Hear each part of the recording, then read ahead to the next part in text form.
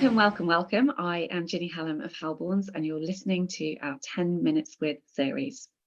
Halborns are part of the brilliant Empowering People group who support with tech-enabled people solutions. And part of that support are these 10 Minutes With series. So I'm joined today by the utterly amazing Stefan Mars, head of our legal team here at Halborns. Hi, Stefan. Hi, Jenny. Thank you so much for joining us. So you're going to take us through, I think, the key headlines of what should be on employers' agendas in respect of upcoming and new employment law changes. I think that's right. Absolutely. Fantastic. Well, I think you've got 6 new pieces of proposed legislation to chat us through, and we've only got 10 minutes. So should we get cracking? Let's do it. Fantastic. So I think the first one you're going to tell us about relates to flexible working. Is that right? Yeah, that's right. So just first point to make is that none of the legislation I'm going to mention this morning, apart from the Brexit Freedom Bill, has got definite introduction dates. All of it, we're pretty sure is going to land this year, but the only one that's we're definitely nailed on in terms of the dates is the Brexit Freedom Bill. Yes. So the first one is the Employment Relations Flexible Working Bill. So this has been on the agenda for some time and partly arose from the Good Work Plan. So the idea here is to drive engagement amongst currently unrepresented groups in the workforce, so carers, disabled, those with young children, etc. So basically, it's going to change flexible working so that it will become a day one right. So employee starts with you can stick in a flexible working application on day one. Currently, it's Wow. a 26-week qualifying period. Also, currently you can only make 1 flexible working request a year. That's going to change to 2. And the timescale for the response from the employer is going to change from currently 3 months to 2 months. But the good news from an employer's point of view is that the 8 statutory grounds for refusing a flexible working request aren't going to change. So things like burden of additional costs, detrimental effect on customer service, etc. None of that's going to change. So what is going to change, obviously, is you're likely to have more flexible working requests and obviously earlier on in the employment journey. Fantastic. Okay, well that's clear, and we'll have to watch this space, as you say. And then I think there's a bill that the government have been talking about for what seems to be ages, about the right for carers leave. Where are we at with that? Yeah, so again, this is one that's been trailed for some time. So it's a new right for those with caring responsibilities to take up to 1 week's unpaid leave a year. And again, it's a day one right. So this is basically a break from caring. So it's not a right to time off to do the caring. The idea is it's a break from caring for those with caring responsibilities. So yes, it will apply to those with caring responsibilities for somebody with a health condition lasting at least 3 months. Who is disabled or who needs care as a result of old age. And again, it's a day one right. Yes, it could be open to abuse. So I'm having a lot of conversations with employers about these new bills, and this is one that comes up quite a lot as potentially one that might be open to abuse. Because essentially there's no bit of paper you get when you're a carer. So we await the detail in terms of exactly how it's going to work. But it's likely that you as an employer will be able to get the employee to sign a form just to confirm eligibility in terms of that they meet the test set out in the Act, essentially. So yeah, 1 week's unpaid leave for those with caring responsibilities. And again, watch this space, as you say. And linked to caring, so there's another bill that's due to provide extra support for parents of premature and sick babies, isn't there? Can you chat us through that one? Sure, yeah. So this one's called the Neonatal Care Leave and Pay Bill. So it's basically additional time off for parents to spend with their baby where the baby is born prematurely or sick. So it applies where the baby needs hospital care for at least 7 days in their first 28 days of life. And it's an additional right on top of current maternity and paternity rights. So an additional right to up to 12 weeks paid leave on top of those maternity and paternity rights. So it applies to both parents. It's a day one right. We don't have the detail in terms of exactly what the pay for this right is, but we're almost certain it's going to be pitched at the same level as statutory maternity pay. So the current. I'm sure lots of employers are thinking, well, we do that anyway, but actually a good thing to have it enshrined in legislation, as you say. So again, more on that when we know it. And then links to babies. So we've got some additional protections for pregnant women facing redundancy, haven't we? That's right. Yeah. So all of the statistics around when a woman is most likely to be made redundant show that it's shortly before, during maternity leave, or shortly after maternity leave. So it's basically designed to give additional protection to pregnant women in that situation. So it's modelled on the current protection. So just by way of a summary, the current protection in relation to pregnant women is that it only applies whilst you're on maternity leave.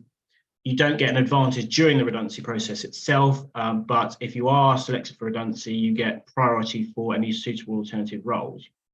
So it's basically the protection isn't going to change. It's at the same position. You don't get an advantage in the redundancy process itself. You get priority for suitable alternative roles, but the window where that applies is going to be significantly extended. So it will apply from the date you notify your employer that you're pregnant until 18 months from the date you start your maternity leave. So if you take a whole year's maternity leave, it's an extra 6 months after you return from leave. So same protection, just a bigger window.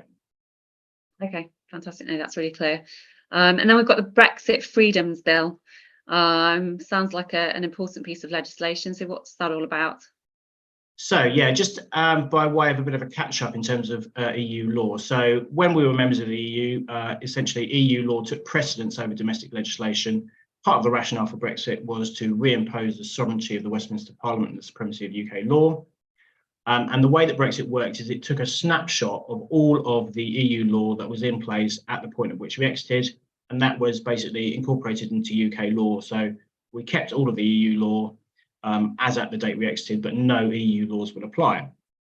And so part of this kind of Brexit process, the government is now looking at removing some of those EU-derived laws. So under this new bill, the default position is that all EU legislation, apart from Acts of Parliament, is going to be removed after the 31st of December this year.